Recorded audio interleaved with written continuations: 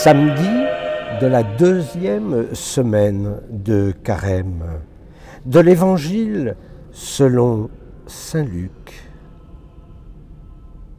Toi, mon enfant, tu es toujours avec moi, et tout ce qui est à moi est à toi.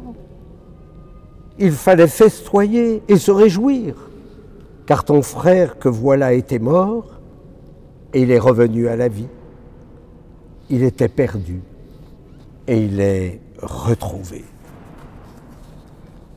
Ah, les paroles du Père au Fils aîné qui ne comprend pas cette attitude miséricordieuse de son Père.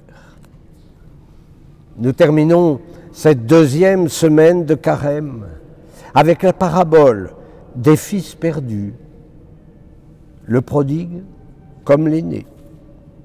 Le péché du prodigue, nous le connaissons. Il est facile à discerner, c'est l'idolâtrie.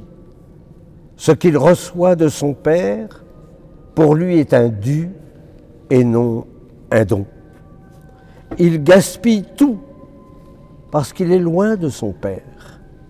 Il est loin des sources de la grâce. Quant au fils aîné, c'est le légaliste.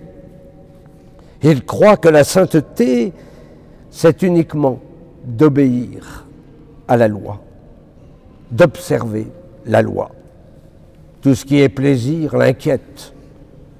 Son péché, c'est de vivre à côté de son Père. Mais il n'est pas en communion avec lui. Il a cette suffisance qui cache d'ailleurs sa fragilité. Il ne profite pas des grâces divines qui lui sont offertes. Alors dans la parabole, il y a un troisième fils que nous retrouvons dans les mots du Père que je viens de vous dire. Tout ce qui est à moi est à toi. C'est la prière sacerdotale de Jésus en Jean 17. Il nous faut alors contempler la relation du Père et du Fils pour devenir, comme le Christ, un fils bien-aimé du Père. Alors demain, nous partons en Samarie.